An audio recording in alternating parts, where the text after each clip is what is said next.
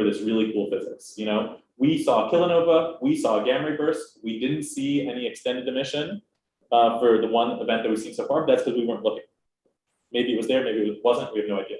Was there a magnetar that was, you know, existed for a couple hundred milliseconds? We have no idea. Okay, just so everyone's on the same page, this is a similar plot, but that puts things in terms of actual absolute luminosities of the different emission components, right? So the gamma ray burst that we saw off axis for the one event to date, so 30 degrees or so, 20 to 30 degrees from the orbital angular momentum axis of the jet, peaks at like 10 to the 46 ergs per second. For the cosmological sample of gamma ray burst, we see this at maybe 10 to the 51 or 52 ergs per second. I'll get back to that in a second. And then that's for, again, on time scales of, you know, milliseconds to seconds post merger. And then on the time scale of, you know, hours to days, we have this kilonova that peaks about maybe 10 to the 42 ergs per second. This is thermal, right? This is non-thermal emission. This is thermal emission that's powered by the radioactive decay. And then at much later times, months, years, you can have, again, non-thermal emission synchrotron radiation that's driven by the interaction. So this is just to get a sense for everyone's on the same page about the relative luminosities and the timescales. We ideally would want to, the best case, what I call the best case scenario is instead of finding this thing at 12 hours, we're looking directly into the post-merger environment at a few minutes or, you know, as soon post-merger as possible and just watching the evolution of these amazing events. That's what I want to do, and that's what I think we're going to, I'll try to convince you that we could do with a lot of effort. Okay, so the one event to date, which I've referenced several times, was the binary neutron star merger 170817, and we were just really lucky. Right, so what you're looking at here is the spectrogram from the gravitational wave observatories, the characteristic chirp signal, you know, increasing in amplitude and frequency towards merger is seen here. It's detected in LIGO and the two LIGO detectors and not in the Virgo detector. It was very nearby, 40 megaparsecs. And because of this and the fact that all three detectors were online at the same time, the gravitational wave was able to be localized relatively well in the sky. A gamma ray burst was also detected by the Fermi and integral GRB detectors, one's at NASA, one's at ESA facility. And then starting at 11 hours post-merger, we had an optical detection of a rising kilonova in a galaxy at 40 megaparsecs in UC 4993. But we were really lucky. This is at 40 megaparsecs. If you calculate the rate of binary neutron star mergers that happen within a space-time volume of 40 megaparsecs radius, this is like a 1 in 12 year event, right? And it was the first one that we saw, which is pretty ridiculous. We will not get this lucky again for a very long time. And it's going to be a lot harder than it was then. As we've seen in the gravitational wave observing run since then, we haven't found anything else because things are on average much farther away and much harder to find. To give you a sense of what was done though for this very local event, again, we saw gravitational waves, we saw gamma rays, and then there's this huge gap in time where there's no observations until the counterpart, the thermal counterpart, the kilonova, and the afterglow were found starting at 12 hours and then 9 days post-merger. So we have very good coverage in the optical and the IR and some in the near UV, starting at 12 hours post-merger to a day post-merger, but we're still missing this huge amount of physics that's encoded at early times. And my claim will be that this will only be worse in the future. One example of physics that you can get out with early time observations. What you're looking at here in the dots are the actual photometric measurements of the brightness of the kilonova as a function of time from the NIR in the sort of maroon red to the UV in the, I guess this is some pink color. And so those are the dots on both panels, it's the same data. And the solid line and dashed line are different models attempting to explain these observations. So one is from different groups. One is a single component radioactive decay model that tries to explain the bolometric luminosity that way.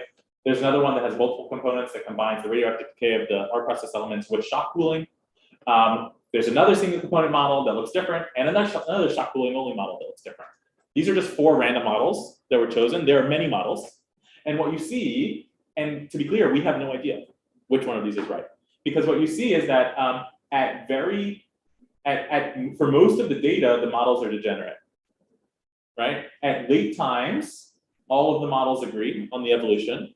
It's only at the earliest times, and particularly at the earliest times in the bluer colors and in the ultraviolet, that you can actually break the model degeneracy and understand what it is the hell that we're looking at, right? which is a problem. We still, I was at a conference last month and people are still arguing, of course, whether there were different outflows in this kilonova made up of different chemical composition and different velocities and different geometric configurations around the merger. We need early time observations to understand what we're seeing. Okay. That's just one open question, right? What is the composition of the kilonova? But there's other questions. What's the remnant? Is it a neutron star? Is it a black hole? Does it form promptly? Does it live for a while? How do you launch a jet? What determines the jet's energy? Are there observable signatures of hypermassive neutron stars or magnetars in the post-merger environment? What exactly drives the specific outcomes of the nucleosynthetic process? What kinds of EM emission are expected for black hole neutron star mergers? These are just things that I'm interested in. You could write a long list of questions, and these all require very early time observations to answer. Okay. So I think I've beaten that point to death. We need early time observations. Why is that hard to do? The answer is because gravitational waves are poorly localized on the sky, right? Detecting them mostly is done by the time of flight difference by the time of arrival difference between the arrival of the different gravitational wave detectors. At second order, there's some other important effects, but that and the SNR explains most of the size of the localization regions. What you're looking at here is a map of some of the sort of typically experienced localization regions for gravitational wave events. You're looking at thousands of square degrees on average. The median gravitational wave localization region with 3 detectors is 1,000 square degrees. Sometimes it's better, and sometimes it's a lot worse. There have been 2 gravitational wave detected neutron star mergers to date. One is the one I was talking about before, 17817. The other is called 190425, which happened in April 2019. We did not find any counterpart for it, and if you're looking at the sky map here, you can see maybe why. The 90% containment area for this gravitational wave was over 7,000 square degrees. If you need to search this area, you're not going to find a thing, probably at all, because it's evolving quickly. And even if you do find it, you're certainly not going to find it at early times and be able to do this physics, right? So this is why it's hard. It's because gravitational waves are poorly localized. What happens, right, is we take these sky maps and we try to search them, right? So you may have heard of the Zwicky Transient Facility and other wide field optical surveys on the ground, and even narrow field facilities. And people like Nick and Daryl have put in humongous amounts of effort with CFHT and other instruments to search these areas with wide field optical imagers to find mostly targeted at the kilonova, the thermal emission. And this is maybe trying to give a snapshot of what that looks like. So what you're looking at here is a snapshot from the gravitational wave treasure map, which I built with Sam Wyatt at the University of Arizona. And it attempts to provide a platform to track, collate, and collaborate all of the worldwide effort at finding electromagnetic counterparts to gravitational wave events. You're looking at a region of the sky. This red contour that you can barely see here, and also buried somewhere under here, is the 90% localization probability containment contour for this gravitational wave. This is actually an interesting gravitational wave because it's the best localized gravitational wave ever. It's 1908-14. The localization region is smaller than 20 square degrees on the sky, right? I just said that the median is 1,000 square degrees. So this is an exceptional event with respect to localization. Vicky, do you have a question? I saw you raise your hand. Yeah, very quick question. So I know Yair Arkavi at Tel Aviv University also has some online tool for keeping track of various observations of these sources. Is this the same tool, or is this a competing tool, or is it different? Correct. Yeah, Yair pays the AWS bills for TreasureMap. Thank you. So we have people who pay for this to be hosted. Yeah, so this is TreasureMap. It involves me and Sam Wyatt, who built it, but also Yair Arkavi at Tel Aviv, Dave Sands at Arizona, and Andy Howell at LCO and UC Santa Barbara. And as I said, this is the best localized gravitational wave to date, less than 20 square degrees in the sky. What you're seeing mostly is the fact that it is tremendously covered by a large array of facilities that tried to chase it. They tried to chase it because it was very well localized, and at early times, this turned out that this is a high mass ratio merger, and maybe doesn't have a neutron star in it, but at early times, we thought it might be a neutron star black hole, and so a lot of people all over the world tried to chase it. And what you're looking at here is the footprints of telescopes that tried to tile the sky and cover the localization region and find the kilonova. There's over 4,000 search exposures hosted on TreasureMap from over 20 instruments spanning all the way from radio to gamma rays. And it looks like you can barely see the localization region. It looks like we did a great job. right? We covered this thing, dead as a doornail. If there's something there, we would have found it. But if you look at the time resolved coverage, it doesn't actually look so good anymore, right? Eventually, we covered, so what you're looking at here is the fraction of the gravitational wave localization region covered by instruments of arbitrary sensitivity, arbitrary wavelength, and arbitrary quality data as a function of time.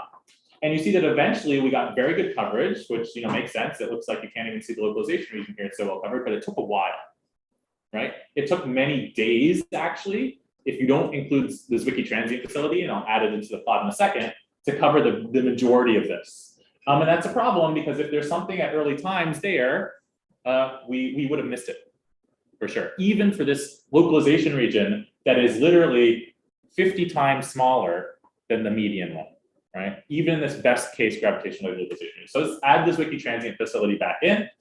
And again, the fraction of the gravitational wave localization region covered as a function of time. These plots can be automatically produced. You can go to the Treasure Map website and define your wavelength of interest, sensitivity of interest, and they'll show you how much of the localization region was covered as a function of time. And you see that this Zwicky transient facility in like one shot did almost all of this, right? This in blue, you should be paying attention to the blue curve here. It's the localization posterior that's covered. And you see that we reached maybe 90% coverage within the first 10 hours.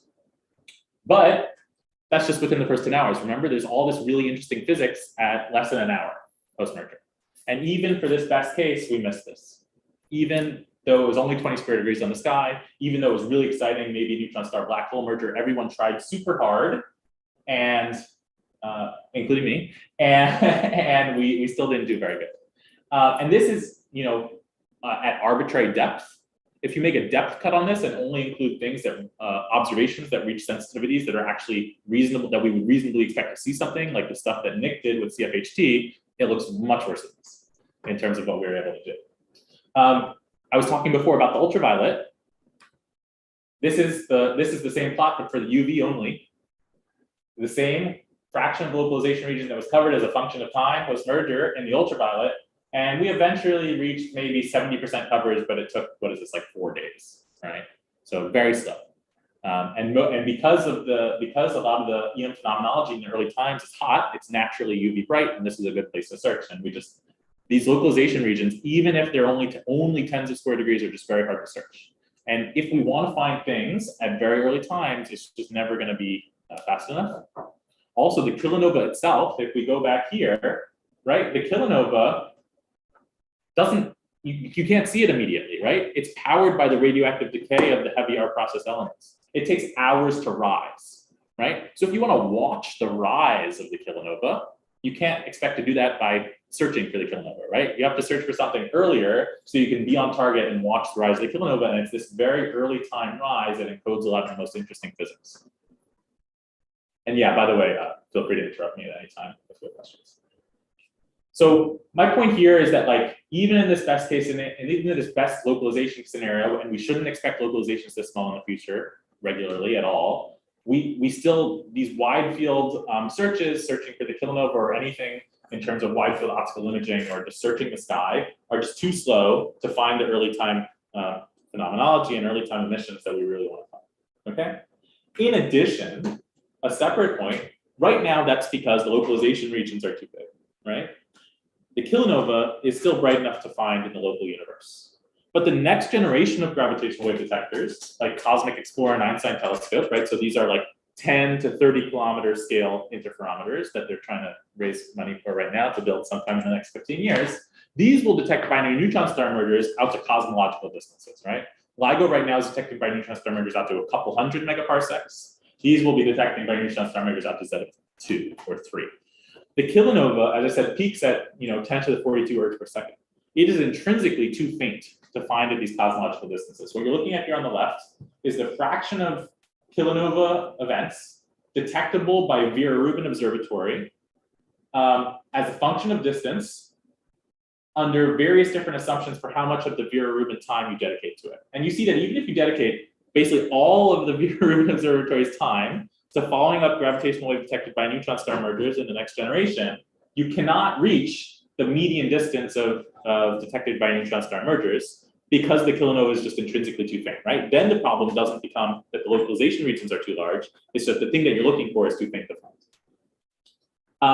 Whereas the gamma ray burst, which is intrinsically significant brighter, we detect out to Z of 2 or 3 regularly. And I'm saying this, and it'll become clear why I'm saying this in a moment. So, right, the point is twofold. If we want to find the early time, if we want to watch the evolution of the post-merger environment from the very earliest times, searching the gravitational wave localization regions takes too long. And I didn't even mention the point that when you search these regions, you find tons of contaminating transients. I think when Nick searched, they found like 60 possible transients or something, and you have to classify all of those. And it takes a very long time to do that before the whole community is going to coalesce around your candidate of interest and throw all the observational resources that we want at the target, right? We want to just monitor this with Hubble and Chandra and James Webb and VLA, and that you have to do the search, you have to do classification. It's a multi-stage process that takes a long amount of time. The best case scenario would be localizing the merger to within the field of view of our most sensitive facilities, like less than a couple arcminutes will fit in the JWST field of view immediately without the wide field search phase. And that's what I'm going to talk about, how we're going to try to do that. Okay. And then, of course, in the future also, even if we search really hard, it's too faint. Okay. So how do we do that, right? So I already mentioned that the kilonova takes a few hours to rise. So if you want to localize these things promptly, you have to use an emission component of the neutron star mergers that comes out promptly. Right? And the gamma ray burst is such an emission component. You're looking here at the gravitational wave chirp as a function of time at merger. And then for GRB, for gravitational wave 170817, 1.6 seconds later, we saw this burst of gamma rays in Fermi GBM and integral speed. And this is amazing, right? Just from this detection and the time offset, you can do amazing tests of the Lorentz invariance violation, test of GR from timing the speed of gravity versus the speed of light, etc. But it also, was the culmination of many decades of speculation and hypothesizing that short gamma ray bursts are driven, at least some of them, by the merger of two neutron stars. What's cool about this, right, is that we have gamma ray burst facilities that monitor the whole sky or very, very large fractions of the sky at all times. We didn't have to search for this, right? It just showed up in our detector, right? We didn't have to do this long, arduous, and difficult process of scanning the sky. It just showed up. So that removes the search phase. But the problem is that the gamma ray localizations for 170817 were even worse than the gravitational wave localizations, right? So what you're looking at here is a sky map. In green is the gravitational wave only localization of 170817. It was about 30 square degrees. In purple is the localization region derived from the Fermi gamma ray data. It's 1500 square degrees. And in gray is the localization that you can infer by measuring the time of flight difference between when the gamma ray photons arrived at Fermi and when they arrived at integral and making a timing annulus on the sky. And you say that the gamma ray localization regions are worse than the gravitational waves. And you may say, okay, so what's the point, Aaron, right? We can detect these things at early times without searching, fine, but we need to localize them, right, to a couple arcminutes. There is an instrument that can localize gamma ray bursts to order a couple of arcminutes. And it's a type of instrument, I should say, and these are coded aperture imagers. The way that it works, right, is gamma rays are too energetic to be focused. They will go right through your focusing optics like your mirrors and your lenses. And so you need to figure out, if you detect a gamma ray or a hard X-ray, where on the sky it's coming from. The way that coded aperture imaging does it is you have a gamma ray or hard X-ray sensitive focal plane. Above this focal plane, you put a mask, which is made up of opaque elements. When a gamma ray source shines on the mask, it produces a shadow pattern on the detector. And based off of the position and orientation of the shadow, you can reconstruct computationally where the gamma ray source came from on the sky. In reality, there are many sources of hard X-rays and gamma rays simultaneously casting partially overlapping shadows onto your detector. But if you construct your mask of opaque elements in a correct way and design your detector in the correct way, you can break all of the shadow degeneracies and reconstruct unique localizations for any distribution of sources on the sky. So the largest of these coded aperture instruments ever launched is the Burst Alert Telescope, the BAT, on Swift. To give you some sense of scale, the focal plane is half a square meter of 33,000 individual gamma ray detectors. 1 meter above the focal plane is a 2.5 square meter coded aperture mask that's made of 55,000 lead elements, lead cells that are 5 millimeters across, randomly distributed across these 2.5 square meters. It's actually It's this table. This is what it is. It's almost exactly the size of this table. And if gamma ray sources shine, if gamma ray sources shine onto the mask and produce a shadow onto the detector, the data looks like this. It's very ugly, but you can do a cross correlation between the shadow data and the known mask pattern. Yeah, one second. We know the mask pattern because, well, people made it when I was a little kid.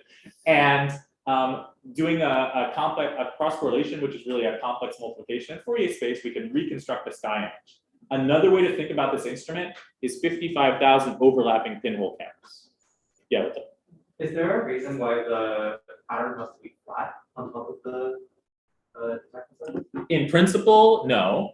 In practice, we know the closed form solution for how to reconstruct a sky distribution in the planar case, right? So there, these mask patterns have actually been studied in mathematics for crystallography and other things, and there are known optimal solutions for the distribution of sources and how to reconstruct the distribution of the mask that is optimal under different requirements for the noise performance and how to reconstruct the sky image. And this is known for the planar case. There is, I think, actually no solution in terms of an easy cross correlation for curved things, but I'll be talking in a second about an approach that could do that. Amazing, thank you so much. Yeah.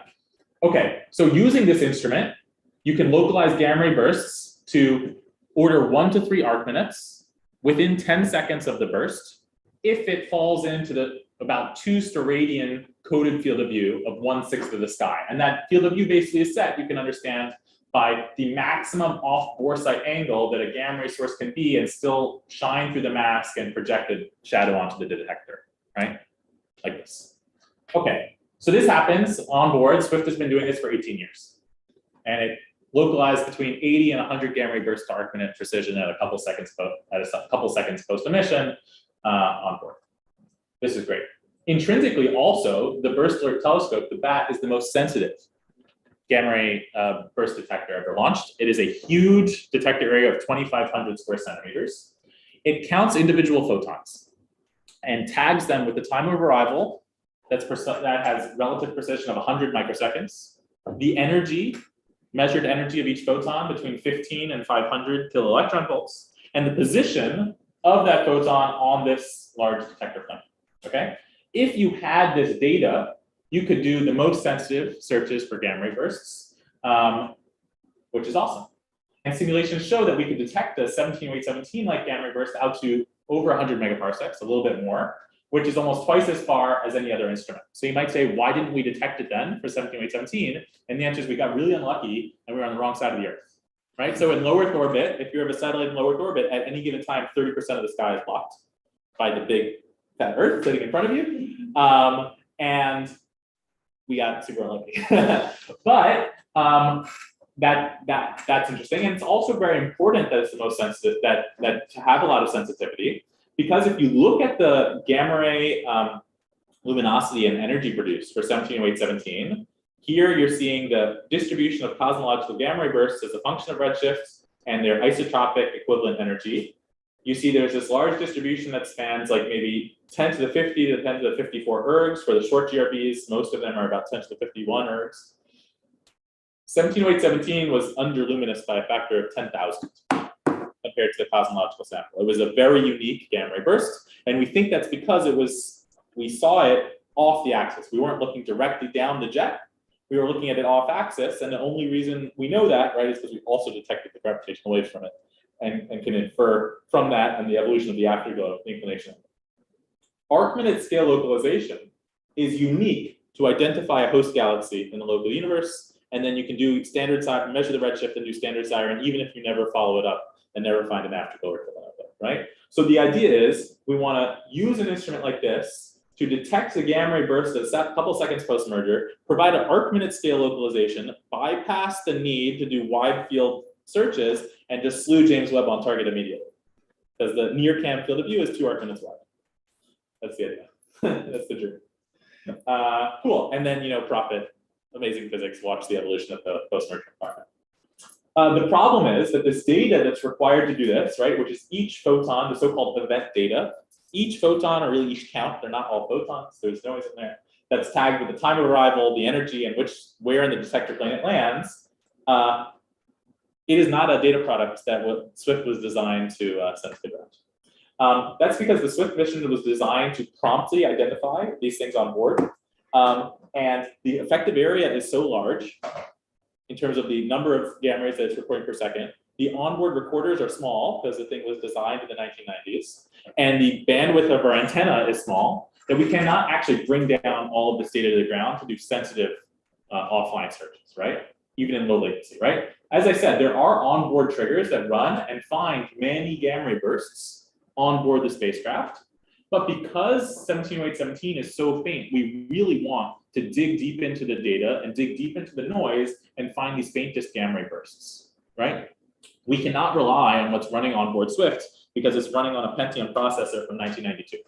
And we have developed new techniques and we have much more powerful computers now that could do more sensitive searches if only we had the data.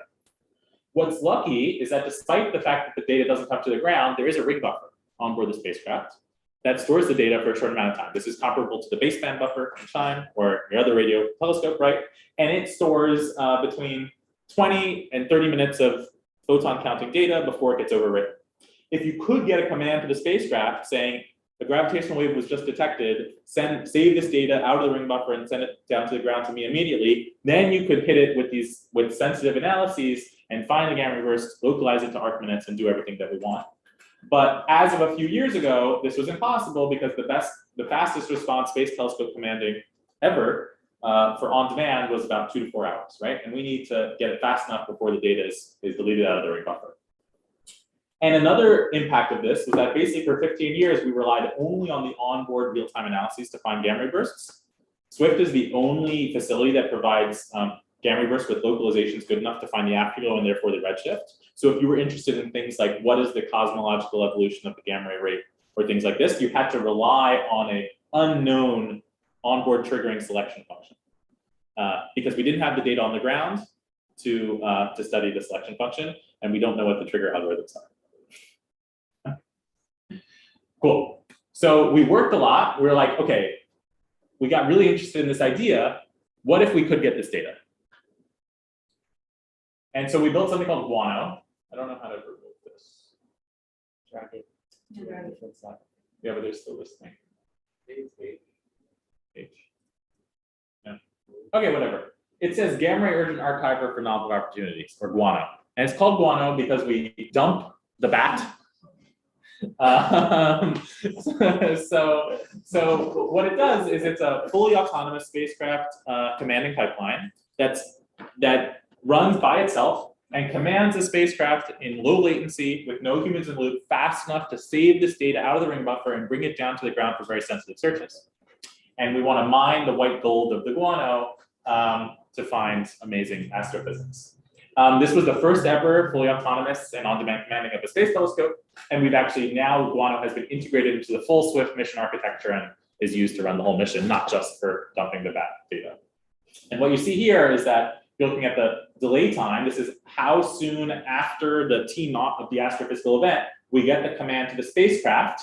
On the horizontal axis and on the vertical axis is a measure of how much data is left in the ring buffer. If you're below 0, you're out of luck. The data has already been overwritten in the ring buffer. And if you're above 0, then there's still bytes of the data that you want left. And you see that we, in almost 90%, actually over 95% of cases of the time, we can recover this data now. And this is very great. And it's running right now. It runs all the time. It's triggered many times just today. And it, on average, triggers 5 times a day by triggers from LIGO, from CHIME, from IceCube, from other GRB facilities. Yes, Vicky? Just a quick question. So what maybe you said this and I didn't quite understand, but what made it possible to implement this now as opposed to years ago? Motivation. Yeah, a little bit of it is motivation. I think when I proposed this idea, people thought it was insane. NASA was a little reticent to have fully autonomous spacecraft commanding with no humans in the loop doing their checklists or whatever. But also we were leveraging developments made by the NASA Near Space Network, a commanding infrastructure. And those did not exist at the start of the mission. But most of it is motivation, right? Everyone was like, well, why do we care? You know, who cares? People thought that the onboard triggers were very efficient and finding all the gamma ray bursts, and there's probably nothing left in the data. Okay, so now the median latency that we get the command up to Swift to save the data of the ring buffer is about 15 to 16 minutes, and this includes all of the latency from the triggering instrument, right? So this is from the T0. So if LIGO has a couple minutes of latency, or Chime has a couple minutes of latency, that includes that, and that's almost always fast enough to save the data. And you see sometimes we do much faster, a couple minutes latency. Now we have the data on the ground. And we can do this thing. We can do very sensitive searches, and we could take the, make the shadowgram images and cross-correlate them with the coded mask to localize the gamma ray bursts. But we realized the problem, which is that that technique is actually very inefficient. There's a few reasons why. If you make these sky images that look like this by doing this cross-correlation technique, and you search for sources in these images, like this is an obvious source. This is, I think, the crab. Oh, actually, no, this is a GRB. This is GRB 1809B. If you do this, and then you measure the distribution of sources as a function of their SNR, you're looking at here at a cumulative distribution function of this. Above SNR of 7, all of the sources that you find are real. Okay, so everything above an SNR of 7 is a real GRB and something that was found in an image. But around SNR of 6.8 or 6.7 or so, the noise population explodes. And this is an unavoidable consequence of the way the cross-correlation imaging works. You're picking up all of the so-called coded noise that comes from all of the photons that are coming along open cells, non-opaque cells along the line of sight that have some correlation via the symmetry axes of the instrument with the line of sight of your true GRB photons. So this is unavoidable. And what it means is that you have this huge noise population of things that are, subthreshold. If you do a log linear extrapolation of the real sources into the low SNR regime, you see that there's a whole bunch of things there that we could find, but they're totally dwarfed by the image noise. Okay, so that's a problem. Also, the cross-correlation technique works, right, by taking the data and cross-correlating it with the mask. If photons reach the detector via paths that don't go through the mask holes, this cross-correlation assigns those photons a weight of 0. Right? And they cannot contribute to your signal. But there are actually many photons that come in through the sides. Our shields are not very good, above 60 keV or so. I mean, it's hard to have shields that can't be penetrated by high energy photons. And also, the lead in the masks is only opaque up to 150 kilo electron volts. And above this, even lead becomes transparent. And gamma rays that come through the lead elements, not through the holes, and hit the detector plane, are assigned a weight of 0 in this cross-correlation. Those are two problems. Another problem is that the cross-correlation neglects the fact that you have information for every single photon, right? It flattens it into a shadow image and then cross-correlates it. There's also a technical point that I can talk about later. You pay a mask weighting efficiency, and this comes from the fact that the detector plane only records an imperfectly resolved image of the shadow. And you're losing SNR compared to the perfect image, right? You're recording, because of the finite resolution elements of the detector, you're imperfectly resolving the shadow, so you're giving up SNR that way. And as I said before, at higher energies, you're losing effective area also. The end result is the following. In blue is the effective area curve of the instrument. So this is like, what the basic cross-sectional area is to photons as a function of energy from 10 kiloelectron volts all the way up to 1 MeV, okay? And what you see is that the blue curve peaks at about 2,500 square centimeters and has very, very broad band sensitivity. The effective area of that, as it has been used for the past 16 years, is in orange. This is the imaging effective area. This is the effective area of the instrument when you throw out all of this information and only do cross-correlation imaging. And you see that it's worse by about a factor of 2 at the peak energy of around 70 to 100 kiloelectron volts. And it's worse by a factor of infinite at a couple hundred kiloelectron volts, where the mask becomes completely transparent. So like if the mask is completely transparent, then there's no shadow, right? But there's still photons from the source hitting your detector plane that are contributing signal, right? So what we wanted was, how do we develop an analysis that takes advantage of the full sensitivity of the detector while simultaneously providing the arcminute scale resolution and localization that we typically needed imaging to do. Okay, and the answer is something we made called nitrates, the non-imaging transient reconstruction intertemporal search. It's called nitrates because you farm guano for nitrates. This is why people went to war over guano back in the day. They wanted to fertilize their fields with guano. And what it does is instead of taking the data on the detector plane and cross-correlating it with the mask, we instead invert the problem and do a full forward model of the instrument, right? So we take gamma ray photons from some source on the sky and we project them through the entire instrument response. What you're looking at the bottom here is not real data. This is simulated data. This is what the detector plane looks like for a gamma ray burst of this fluence, 5 times 10 to the minus 6 ergs per centimeter squared, coming at the detector from a polar angle of 35 degrees and an azimuthal angle of 30 degrees. So something like this, I'm the detector. It's coming from sorry, that was bad. Yeah, so, Jesus. So, yeah, and what you're looking at here, this coded region is this rapidly changing response here. What you're looking at is the expected counts as a function of position on the detector plane in the simulation. And this rapidly changing response, this is the shadow of the mask being projected onto the detector plane, right? And you see these photons here came through a mask hole, and it's right here because presumably there's a lead element here that's not letting the photons through from, the photons that are coming, at a 30-degree angle from the detector, right? So you should be thinking, right, about a source that's illuminating the detector plane through the shadow mask. Part of the detector has the mask shadow cast onto it, but since it's not perfectly on the bore site, other parts of the detector plane don't have the mask projected onto it, right? But what you're seeing is that there are non-zero counts in other places on the detector plane, and these counts are reaching the detector by a path that don't pass through the mask. And cross-correlation imaging throws these out. Whereas if you have a full model of your detector and you do a forward model, you can include them. And what we do is we take the simulated data and we compare it to the observed data with a likelihood test. And then we iterate over the whole stack. What you're looking at here is a gamma ray burst coming from a direction on the sky that is casting no shadow on the detector through the mask. But there are shadows here, right? This is a very pretty Rothko painting.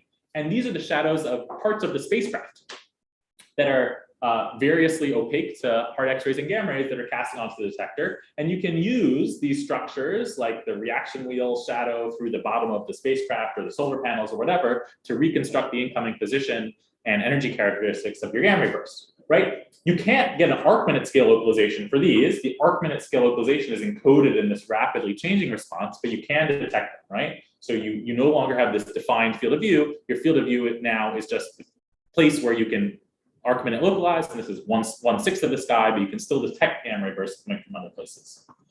I don't have much time, so I'm going to skip through some of the statistical details of how this works, but basically we develop a likelihood method for describing the data in the fully Poissonian regime for each individual gamma ray count, its energy and position on the detector plane, and when it lands. And then we take simulation, and then we basically step over the sky, and we do that, and then we compare the observed data to the simulated data with a likelihood test.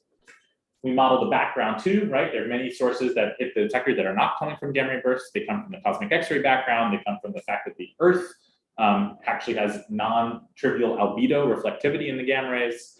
They come from hard X-ray sources on the sky, galactic sources, some of these gamma ray pulsars and gamma ray binaries. We see them, well, many of them we see in BAT and they cast sources onto detectors. We have to model all of this too. So we model all of that. The BAT response is actually very, very complicated. What you're looking at here, you're looking down at this Swift detector. I've removed the mask so you can see into the detector. In reality, right, the mask of 5,000 elements is sitting up here. This is the X-ray telescope on Swift. This is the UV telescope on Swift, and this is that. What we've done here is we've hit the detector in simulation with a monochromatic beam of photons of 171 keV. At this angle, you are the gamma ray beam, and you're looking at the detector. If you are a monochromatic beam of 171 keV looking at a detector like this, the detector sees this, right? There's a lot of dispersion, there's fluorescence lines, there's Compton scattering, there's escape lines from the detector, the different chemical elements that the detector and the surrounding shields are made out of make a very complicated response. In order to do this forward modeling, we need to produce a response like this for every energy from 15 keV to 500 keV, and then for every possible line of sight, and then you can do your forward models. And this is what we did. It sort of looks like this. If you construct your response for a gamma ray burst and you're looking at the detector like along this line of sight, this is what your response looks like. If you're looking at a detector along this line of sight, right, not going through the mask, your response looks like this, but there's still, you know, I mean, just like you guys can see here, you can see the features in the shadow. This is the coded mask shadow that again I've removed so you can see into the detectors. But then there's also the shadow cast by the mask support struts, which you can see here. The shadow cast by the varying thickness shield around the detector, which you can see here. And we can use all of this information.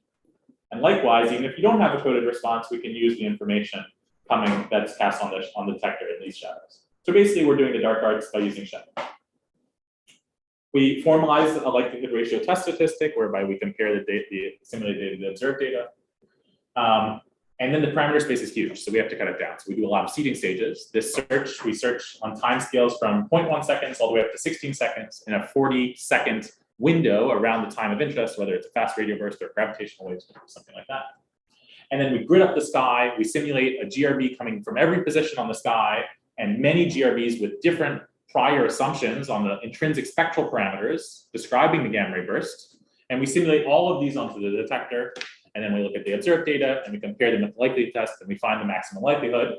So we coarse grid the sky, we find the best likely position, we zoom in, we do a finer set of simulations across the sky. These units are tangential plane image units. One unit in these coordinates is 40 degrees on the sky. And then we zoom in again and we do a coarser grid and then a finer grid, and eventually we find the maximum likelihood position, which is always the true gamma ray burst position. I'm going to skip this. The point is it's much, much more sensitive than cross-correlation imaging. You pay a factor of 1 million in CPU time, okay? But if you're dedicated enough to finding faint gamma ray bursts and localizing them to arcminute scale, you might be willing to pay this. And these analyses are embarrassingly parallelizable. Each of the simulations is independent. So you do all of them and then you just compute your likelihood ratio test statistic. And we've been doing this. For the past 2 years, we've been receiving external triggers from other gamma ray burst instruments like Fermi, like Integral, Calet, Hawk, etc. They detect gamma ray bursts in real time also. They tell us, we detected a gamma ray burst, but we don't know where it's coming from. It triggers Guano. Guano autonomously commands a spacecraft, says, save the data. Data is sent down. We run these sensitive analyses, and we've detected hundreds of gamma ray bursts that are missed by Swift on board. And for 32 of those, they've been within the 1/6 region of the sky that we're monitoring, and we've been able to confidently reconstruct an arcminute scale localization. And we've done this fast enough to send these localizations out to the community right now on a time scale of a couple of hours post-burst. And this has been fast enough to then slew follow-up telescopes on target right away and find the fading afterglow and X-rays and optical and radio. And actually some millimeter detections as well. So of the 32 gamma ray bursts that we've provided arcminute scale localizations to date, this is about a rate of 1 per month. We detect 5 per month, but can only do arcminute localization for 1 per month. This was over 15% of all arcminute localized GRBs last year. And because we have a better sensitivity to hard X-rays and gamma rays, we actually have a higher short gamma ray burst detection fraction, which is interesting for gravitational waves. And of those, 14 have had X-ray afterglows discovered. This is what we want to do for gravitational wave, right? We want a gravitational wave to come in, we want to dump the data, we want to detect a gamma ray burst, and we want to provide an arcminute scale localization, bypass the wide field searches. Okay. I'm going to skip this. We can also detect things coming from outside the field of view. This is the number of searches we've run as a function of trigger type. We've gotten, order 500 or 600. I think it's actually 700 now. Triggers from Chime, over 1,000 triggers from other gamma ray burst facilities, almost 700 burst from triggers from gravitational wave facilities, and 20 or 30 from neutrino facilities. And we run these types of searches on all of them. Thousands and thousands of real-time commanding for spacecraft, and thousands of very expensive targeted searches. And we're providing the most sensitive. We're finding things. But for the things, even when we're not finding it, we're providing the most sensitive upper limits for gamma ray and hard X-ray emission from these types of events. I'm going to skip this. We're also digging deep into the joint subthreshold noise with LIGO via MOU. We not only receive the above threshold gravitational waves, we also receive the below threshold gravitational waves in real time. And by combining the joint temporal and spatial coincidence between a gamma ray burst and a gravitational wave, you can dramatically extend the gravitational wave detection horizon by a factor of maybe 2 or so. And this is good because it increases the joint rate. And there'll be a paper soon on how we do this statistically. So basically the takeaway is that by doing this, we can increase the horizon distance for gamma ray burst detection and arcminute scale localization of a 170817 light burst, which remember is 10,000 times less luminous than the cosmological counterparts, out to 115 megaparsecs. This is almost twice as far as what Swift can do on board, and also almost twice as far as any other GRB facility can do. And they don't provide arcminute scale localization. If you get lucky and the gravitational wave localization region falls within the field of view, this green region is the Swift BAT field of view in which we can provide arcminute scale localization, then you have to get lucky and the gravitational wave has to be in your 1/6 of the sky and not the other, 80% of the sky. Less than that, I guess, 85% of the sky. But if you get lucky, like for instance, this gravitational wave event, you can provide, very sensitive upper limits and searches for the scan reverse. And we do this all the time. But what if we don't want to get lucky, right? So while we don't know a priori where gravitational waves will come from before they happen, we actually sort of do.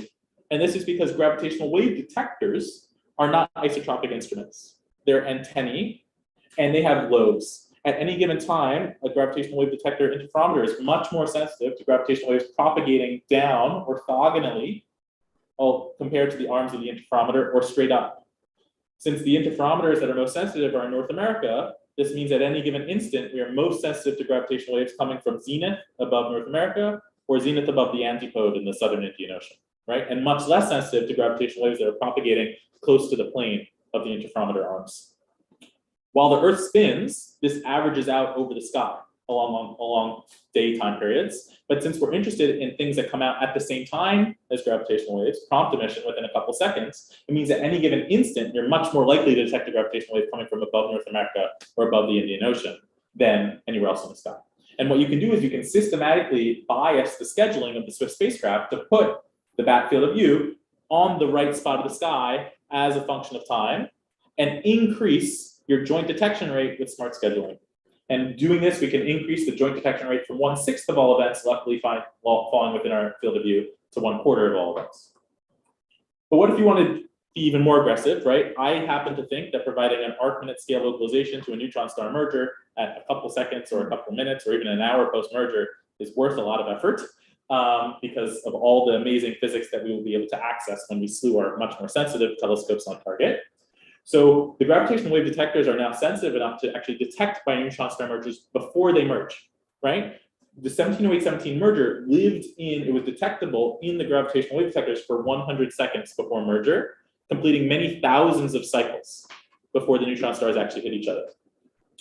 Depending on the low frequency sensitivity, right, because the gravitational wave is increasing, chirping, increasing in frequency, you can actually have the neutron star mergers enter your detection bands in the gravitational waves, 60 to 120 seconds pre-merger. You integrate SNR with each cycle, and you can, in some cases, have SNR large enough to claim a detection and a rough localization a minute before the merger time. So here's an example. This is a sky map. This was for some gravitational wave event in the last observing run. This is the field of view of BAT on the sky at this instant. This blue region is blocked by the Earth at that instant. And this is a gravitational wave localization region. It is outside the green. That's not good. We want to make an avocado. We want to put this in the green, right?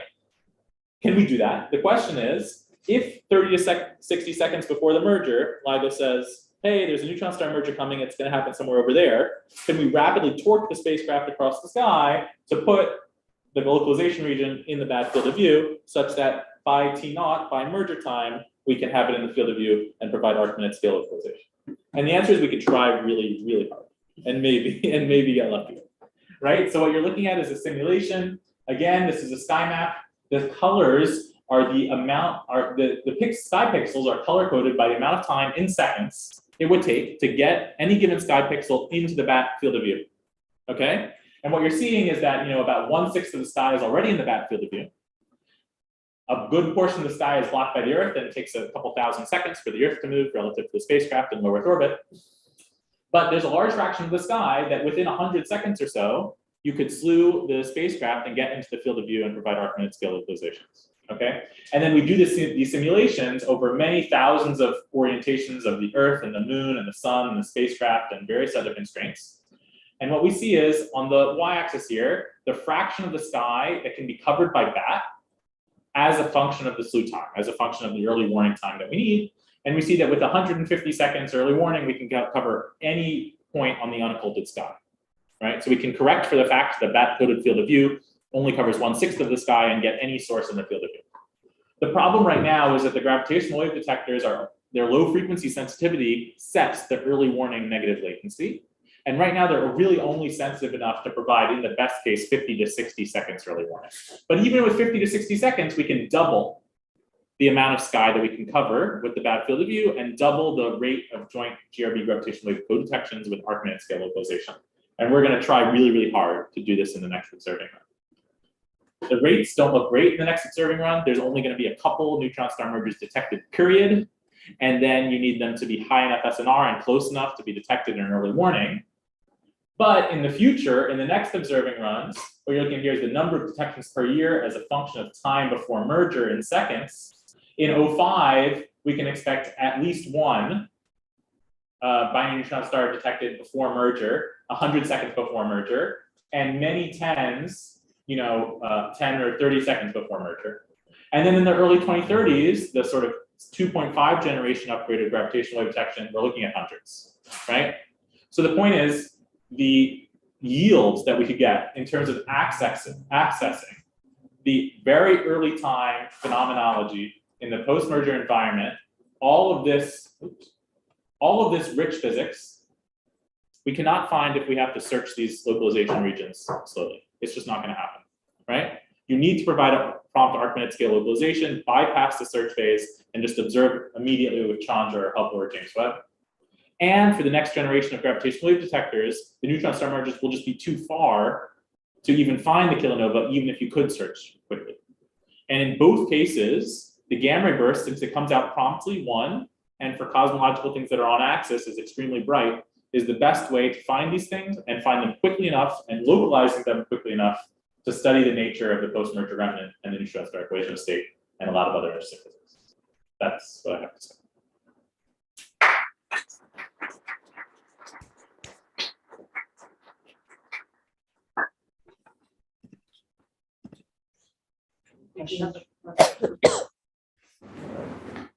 Yeah, go ahead, Nick. Yeah, thanks for the great talk. I don't know if you mentioned at any point the sort of like free neutron precursor that you get for the kilonova and the UV, but I've seen like papers from one of Dan's Siegel students recently that they can be like brighter than the kilonova, and it basically comes up like before the kilonova even starts, right? Yeah. Is there any reason why Swift couldn't also look at that while it's staring at the GRB and downlink that data? Like, is there any sort of technical limitation why we couldn't do that? No. Because that would be really interesting. Yeah. So what Nick is referring to, I don't know if people online can hear, but he's referring to the so-called neutron precursor, right? And what this is when the neutron stars come together, there's a shock driven along the collisional plane, right? And this drives material up in the polar directions much faster than the dynamical ejecta that's expanding and being powered by the radioactive decay. And actually, this material is moving fast enough at maybe 0.5 or 0.7 C, that's moving so fast that the neutron stars do not get captured by the heavy elements. They don't undergo our process. They stay free. Free neutrons decay by a beta decay on a time scale of 8 to 900 seconds. And this will power an early time fast UV flash. And that's sort of tried to be shown here in this cartoon. So I guess, Nick, your question was whether we can see it with the Swift ultraviolet telescope, right? And the answer is yeah. This is why, like, things like this, really cool things like this, or things like the jet interacting with as it punches out of the polar material of the polar ejecta, or a shock breakout, or energy injection from a long or couple second lived magnetar into the post-merger environment. All of these things come out a couple hundreds of seconds post-merger, not many hours post-merger. And in order to find them, we need to be looking already. And in order to look, we have to provide an arcminute scale localization so we can slew our sensitive ultraviolet telescopes or X-ray telescopes or whatever on target. But yes, this is an example of some of the types of physics that is more speculative, but that we want to chase. Vicky, do you have a question? Yeah, well, that was like a really nice segue into what my question is, which is there's this satellite called Ultrasat that I believe is being built with a very wide field in the UV. Yeah. So won't that achieve a lot of, because you mentioned going till 2030, but won't Ultrasat sort of, well, assuming these UV things are there, accomplish a lot already? Ultrasat will be great. So Ultrasat, for people who don't know, is a very wide field of view space telescope, 200 square degrees that Israel and Germany and the US are launching in 2025. So I guess my point, Vicky, is that Ultrasat can only find things that are there and in the UV, right? So since the kilonova takes a couple hours to rise, they will discover it, and that will be great. But if you want to watch it rise for various times, or you want to watch the X-ray emission that comes from the energy injection of the magnetar that's spinning down from magnetic braking, you're not going to find these things in Ultrasat. And Ultrasat is looking for emission that comes out later, right? So the best case is to provide the localization from the emission that comes out seconds post-merger, so that you can watch the rise, right? So Ultrasat will find many things, many kilonova near peak. If they're bright enough, it will watch the rise at, whenever the rise happens, a couple hours post-merger. If there's a neutron precursor, maybe even earlier than that. But again, the Ultrasat field of view is 200 square degrees, and the median gravitational wave localization region is 1,000 square degrees. And as I said, even Ultrasat can't detect the kilonova at cosmological distances. Did that answer the question? Yes, thank you.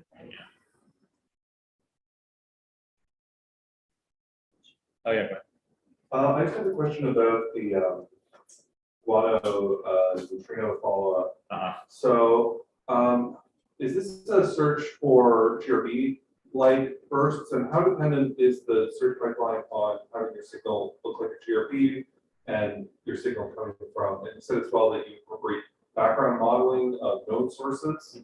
So if neutrinos are coming from flares of node blazars, are these filtered out in this search pipeline?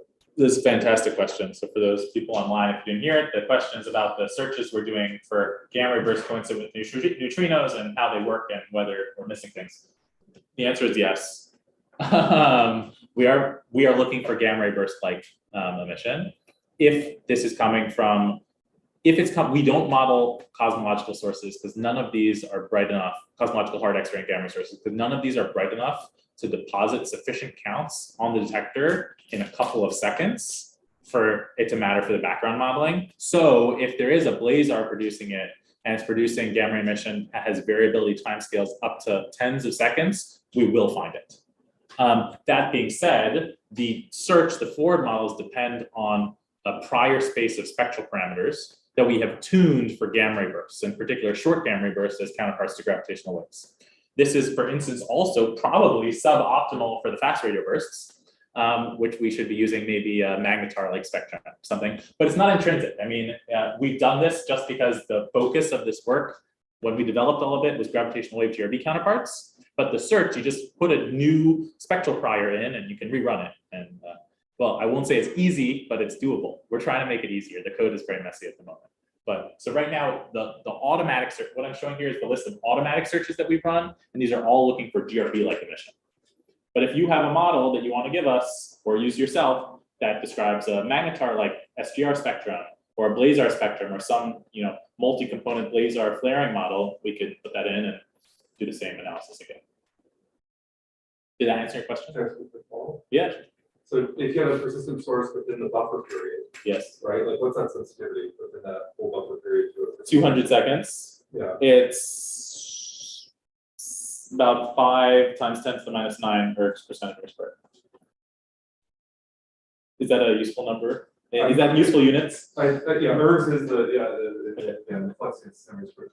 Yeah. So for some context, right? It's less sensitive than new star, right? But new star field of view, you're not going to serendipitously see anything. It's a couple arcminutes across, right? So because BAT is not a focusing instrument, the background is mixed with the signal on the detector plane, right? So it's a fundamentally background limited thing, but this is the best you're going to get. I mean, even the next generation GRB detectors at launch will have lower effective area and very sad design. There you go. Are there plans in the future to kind of like improve or upgrade to that kind of device, or are you just going to continue kind of trying to work what you have and find clever ways to use it? We're going to try hard to launch better bats. It's hard, right? There's a push now to small sats, and smaller telescopes. And this is not, I mean, we just need more effective area, right? And that's not something you can do with a bunch of small sets, right? So there's a lot of missions that are now funded for like constellations of gamma ray burst nanosats, all of which have like a few tens of square centimeters of effective area. But they're not sensitive enough. And also this coded aperture technique is much harder to build than, for instance, something like Fermi GBM, which is just a bunch of plastic simulators that you couple photomultiplier tubes to, right? So for about the last 15 years, which is why nothing else like that has launched, people have been moving towards cheaper detectors like silicon photomultiplier tubes coupled to gamma ray scintillators. I think that because people are now realizing that we want to provide arcminute scale localization and have very sensitive detectors, there's going to be a push to build things like this. I'm involved in some proposals, but we've tried and failed several times to get these proposals off the ground because, yeah, I don't know why. I mean, because they're going to be expensive, right? If you want to do something better than that, you're paying $500 million, right? So that's the cost scale this exercise too. Yeah. What's the spec cost when it was? In adjusted dollars, about $500 million. Yeah. So the SWIFT mission as a whole was $350 million or so, but we got the ultraviolet telescope was free, and the X-ray telescope mirrors were free. So basically, the cost was dominated by the VAT, and that was in year $2000.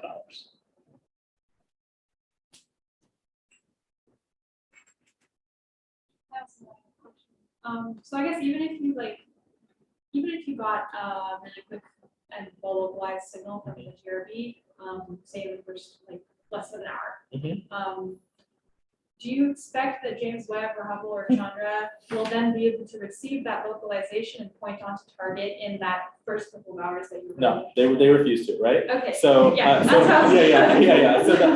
So the question for people online is like, what about the responsivity of the follow-up telescopes? Yeah, right. So Hubble has basically said that for one trigger per year, they will achieve 1 day response time. James Webb is in a similar position. Chandra is a little bit more flexible, but they have some more onerous thermal constraints. Swift, however, does have an X-ray telescope and UV telescope on target. And using this commanding infrastructure, we've also not only been dumping the data, but we're also going to be doing this really low latency repointing. And we actually did this yesterday. We landed on target to a chime fast radio burst at T0 plus 18 minutes yesterday with the X-ray telescope and UV telescope. Now, right, these are much less sensitive than Hubble and Chandra, but the VLA, right, and CAC and other things on the ground, and hopefully future facilities, space facilities that use this type of commanding infrastructure can repoint quickly. But yes, I mean, but there's a difference between James Webb responding in a day with your trigger time being an hour post-merger and James Webb responding in a day with your trigger time being 2 days post-merger, which is, more or less what we can expect if we have to do the wide field search. Right. So no matter what, you're still going to see earlier. It's just right. Whether you get that. Yes. No. But I would love it, right? If if they let me drive the big space telescope. So. And I guess follow-up question. Go back to the timeline. Yeah. Sorry, I didn't organize this well. I should put this everywhere. Yeah. So with the pre-coalescence X-ray radio precursor signal, yes. I actually don't really know anything about that. Or is there any effort to localize with that signal? Yeah. So I mean, we in our gamma ray and X-ray searches, we actually look for that. So our time window, I actually made a purposeful choice to make the time search window around the gravitational wave time symmetric. If you believe that most of the emission is coming out here, right, you should make your time window asymmetric, right? You should be only searching for things post-merger. And we're paying a false alarm rate penalty by increasing the size of our search window. But there is maybe, we've never seen it, but ways to get emission out pre-merger, right? So there's two main channels. One is either as the neutron stars in spiral just before merger, the tidal strain that they induce upon each other cracks the crust, and then you have some energy release. Maybe you have your magnetic field lines that are flux pins to the neutron star crust, and you drive an alpha wave through these. Or if the neutron stars are highly magnetized, the magnetospheres interact, and you get magnetic reconnection, or something like a unipolar inductor, like the Jupiter Io system, where you induce charge on the secondary. So these are sort of general ways, and there's a lot of other models for trying to get emission out, electromagnetic emission out before the neutron stars actually touch. We haven't seen it, but it would be really, really cool to see. I think it's much more likely to see in the radio. So I hope Chime is looking for this. MWA is also really good facility to look for this. And we're going to try it again.